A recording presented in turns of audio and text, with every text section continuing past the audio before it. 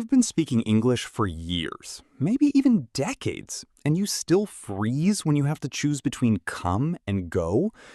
Last episode, we talked about borrow and lend, and a lot of you said that one felt like a cheat code. Well, today's upgrade is even more powerful because come and go are in almost every conversation you have, every single day. And most learners are using them wrong without even knowing it. Oh, I know this pain personally. I used to say things like, "Can you go to my house tonight?" and wonder why people gave me this weird look. Turns out I was basically telling someone to leave me. Not great for friendships. By the end of this episode, you will have a new weapon in your English game. And trust me, this one is next level. Once you get this right, you'll sound dramatically more natural. Native speakers notice this mistake immediately. And today, that stops. Welcome to Adrian Talks English. If you're new here, hit subscribe right now so you never miss an upgrade like this one. We drop new episodes every week, and every single one is designed to level you up fast. Okay, so here's a quick story. A few years ago, I was invited to a birthday party. The host texted me and said, "Are you going to come?" And I replied, "Yes, I'll go." And my friend laughed so hard. She said, "Where are you going? Away from the party?" And I had this moment where I completely froze because I thought they meant the same thing. Honestly, same. When I first started learning English seriously, I thought come and go were just translations of movement verbs from my language. Go forward, come backward, right? But it's so much more layered than that. This connects to what we did last week with borrow and lend, because just like those two, come and go are about perspective. Who is where and where is the speaker? Today's upgrade is this: mastering come versus go so you never sound unnatural in a real conversation again. That's today's cheat code, and it's deceptively simple once you see it. After this episode, you will have unlocked one of the most used skill sets in daily English conversation. We're talking greetings, invitations, making plans, talking about meetings at work. All of it uses come and go. No more guessing, no more weird looks from friends. Before we start, tell us in the comments right now, which level are you at? Beginner, intermediate, or advanced? We genuinely read every comment, and we love knowing who we're talking to. And stay till the end, because we're going to give you a sneak peek at next week's episode too. And honestly, that one might be the most useful upgrade in this entire series. Okay, let's unlock this skill. The most important thing to understand about come versus go is this: it's not just about movement, it's about perspective. Where is the speaker? Where is the listener? That's the whole game. Right. So the simplest version is go means movement away from the current position. Come means movement toward the speaker or listener. That's the foundation. Go away, come toward. Let's make it concrete. If I'm at home and I'm calling you, I say, "Can you come to my house?"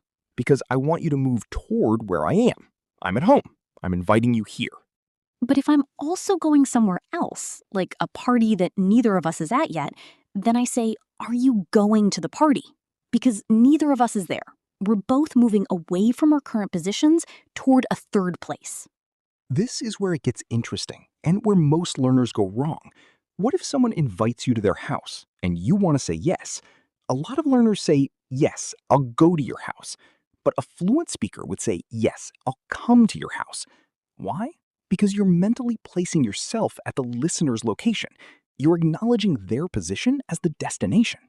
Okay, wait, that actually blew my mind the first time I heard this explanation, because it means English speakers are constantly doing this invisible mental map in their heads. They're thinking, where am I? Where are you? Who is moving toward whom? Exactly. Did you know that this perspective-based usage of come is actually one of the biggest differences between English and many other European languages? In a lot of languages, you just use the equivalent of go for everything. But English makes this distinction automatically, and fluent speakers do this without thinking. Okay, so here's a real test. Imagine your boss texts you, "Can you come to my office?" Your boss is in the office, you are at your desk. You are moving toward the boss. So the boss says come. Now, what do you say when you reply? This is a fun one. Do you say, I'll come now, or I'll go now? If you're talking to your boss, I'll come now sounds more natural because you're acknowledging you're moving toward them. I'll go now could sound like you're dismissing the conversation. Like, cool, I'm going, bye. Right. There's a subtle warmth difference too. Come carries connection. Go carries independence. Okay, so I want you to stop right now and just say this out loud. I'll come over after work. Say it. Seriously, say it out loud right now, because that's how you actually absorb this skill. Reading it doesn't do it. Your mouth has to practice it. And here's the exception, because there always is one. In some fixed expressions, go is used even toward the speaker's position. Like, how's it going? Not, how's it coming? Just a frozen phrase. Don't overthink those. Also, come on doesn't always mean movement. It means encouragement or frustration. Come on, you can do this. That's a completely different usage. Same word, different power. And what we're going to show you next, that's where this skill goes from useful to genuinely pro level. We're going to get into the layered stuff, the part that makes you sound like you actually grew up speaking English. Okay, here's where it gets interesting.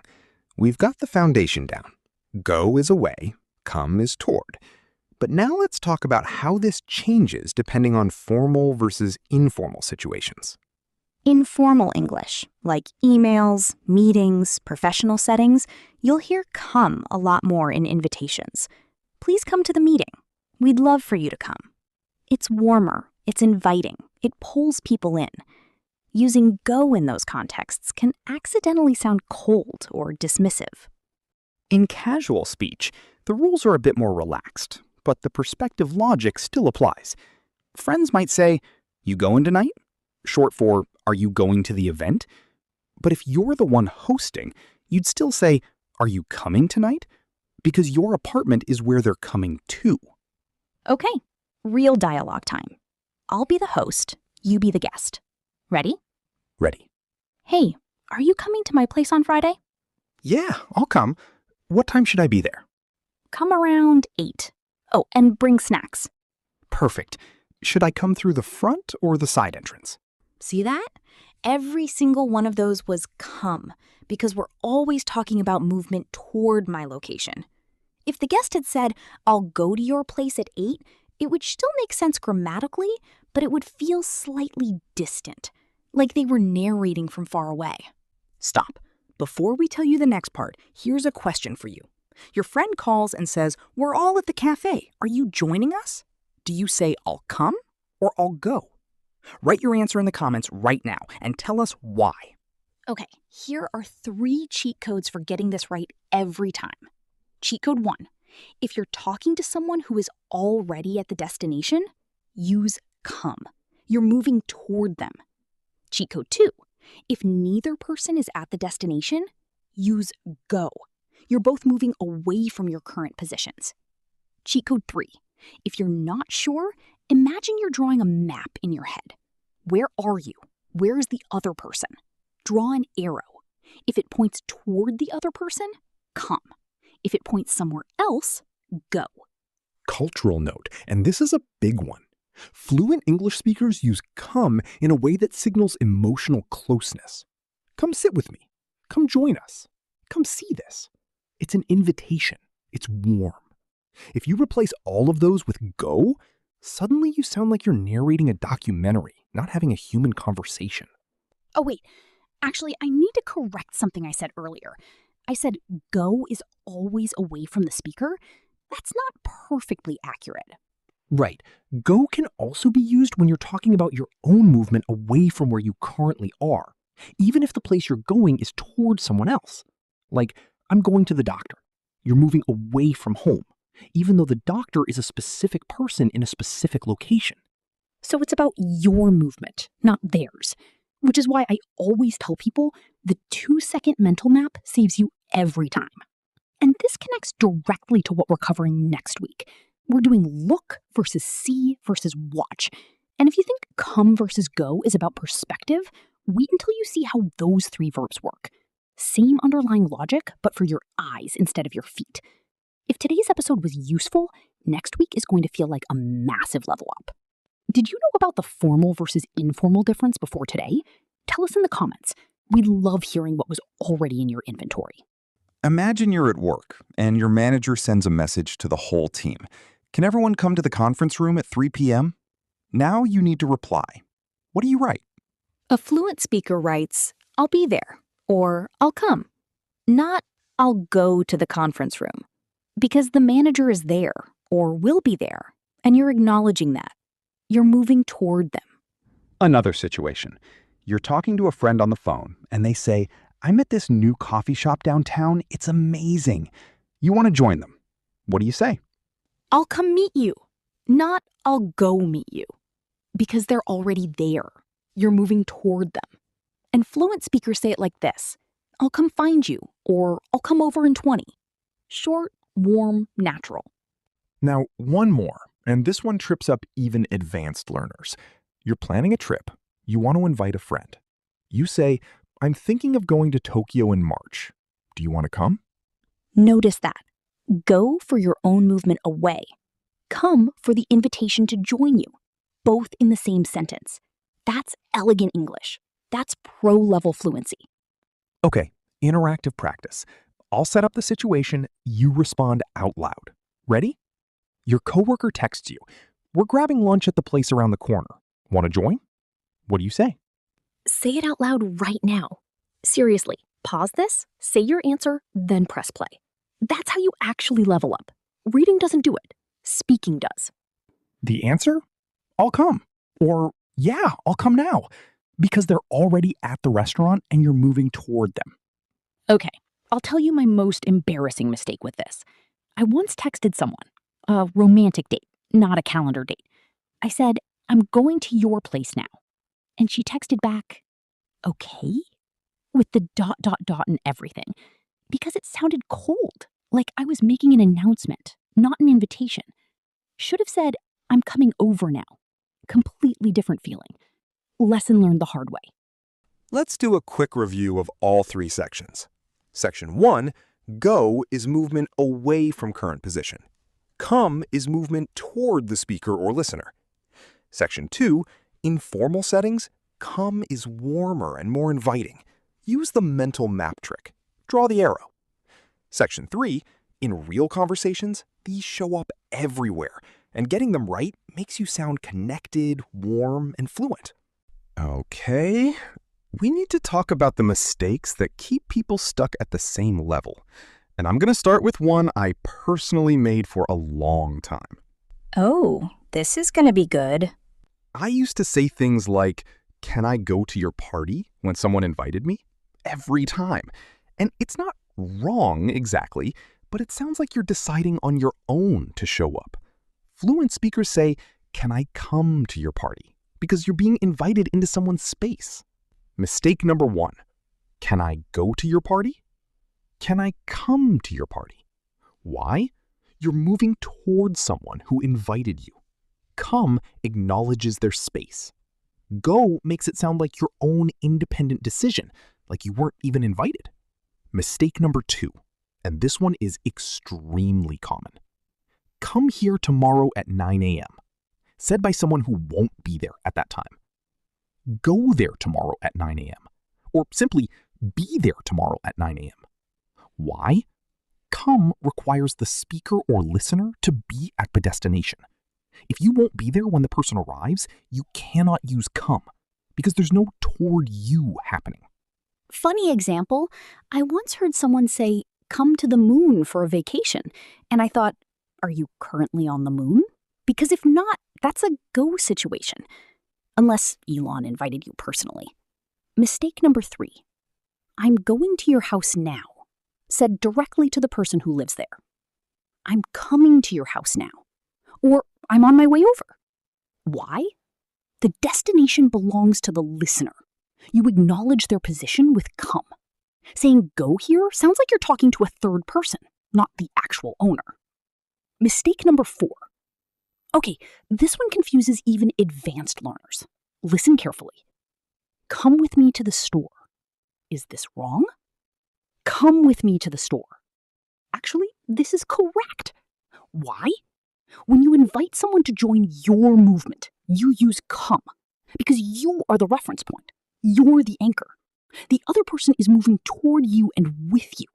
So come with me is always right, even when you're both going away from your current location. The key test. Are you inviting someone toward you or toward a third place? If toward you, come. If toward a separate location with no one there, go. Even advanced learners make these mistakes, so don't be hard on yourself. The fact that you're watching this means you're already ahead. Quick game. Which one is correct? A. Are you coming to the concert tonight?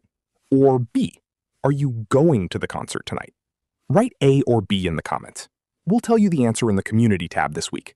Making mistakes means you're in the game. The players who never make mistakes are the ones who never speak. Don't be that player. Okay, practice time. Ready to level up? Let's go through 5 situations. For each one, choose come or go. Say your answer out loud before we give it. Situation 1. Your friend is already at the cinema. They call you. You want to join. You say, I'll blank meet you there. Answer, come. Your friend is already at the destination. You're moving toward them. Situation 2. You're planning a hiking trip to a place neither of you has been. You ask your friend, do you want to blank hiking with me next weekend? Answer, go. Neither of you is at the destination. You're both moving away from your current positions. Situation 3. You're the boss. You want your employee in your office. You text, can you blank to my office? Answer, come. You are at the destination. The employee is moving toward you. Situation 4. Someone asks if you'll be at the team meeting later. You're currently at your desk. The meeting room is somewhere else. You say, yes, I'll blank to the meeting. This depends on who you're talking to. Talking to the organizer who will be there. Come. You're moving toward them. Talking to yourself or thinking out loud. Go. You're moving away from your desk. That's advanced level nuance. And now you have it. Situation 5. Your partner texts you. I'm home. Where are you? You reply, I'm blank home now. Answer, coming. Home is where your partner is. You're moving toward them. I'm going home now would be said to someone else, a friend or coworker, who is not at your home. Now make your own sentence using come or go and put it in the comments below. We read every single one and we'll reply to as many as we can. And here's a real-world challenge. Use come correctly in a real conversation today. A message, a phone call, anything. Then come back and tell us how it went. Real conversation always beats perfect grammar. Get in the game and play. Okay, super quick recap of today's upgrade. 3 main points, clean and simple. Point 1, go means movement away from your current position. Come means movement toward the speaker or the listener, whoever is the reference point. Point 2, use your mental map. Draw the arrow. If it points toward the other person's location, that's a come situation. If it points somewhere else entirely, that's a go situation. Point 3, in invitations, come creates warmth and connection. It's pro-level social English. Don't sleep on it. If you watched this whole episode, you just leveled up. You're already ahead of 90% of English learners out there. Seriously, most people just guess with come and go their whole lives. You now have the actual logic. That's a real upgrade. Quick question. Which part was the biggest upgrade for you today? The mental map, the formal versus informal difference, the invitation warmth thing? Tell us in the comments. We are genuinely curious. And next week, we're dropping look versus see versus watch. And this is not one to miss. Think about it. Today, we talked about perspective with movement. Next week, we're going into perspective with your eyes. The same underlying logic, but the mistakes people make with look, see, and watch are even more common. Watch this episode again, let it sink in, then come back for the next upgrade. Trust me. If this episode helped you, here's what to do right now. Hit the like button. It helps other English learners find this channel. Subscribe to Adrian Talks English so you never miss a weekly upgrade. Share this video with one friend who's learning English. That's the most powerful thing you can do. And drop your come or go sentence in the comments below. Honestly, I love this community. Every week, I see people in the comments practicing, asking questions, supporting each other. That's what leveling up looks like. You're not just watching a video, you're part of a movement. And we'll see you in the next one.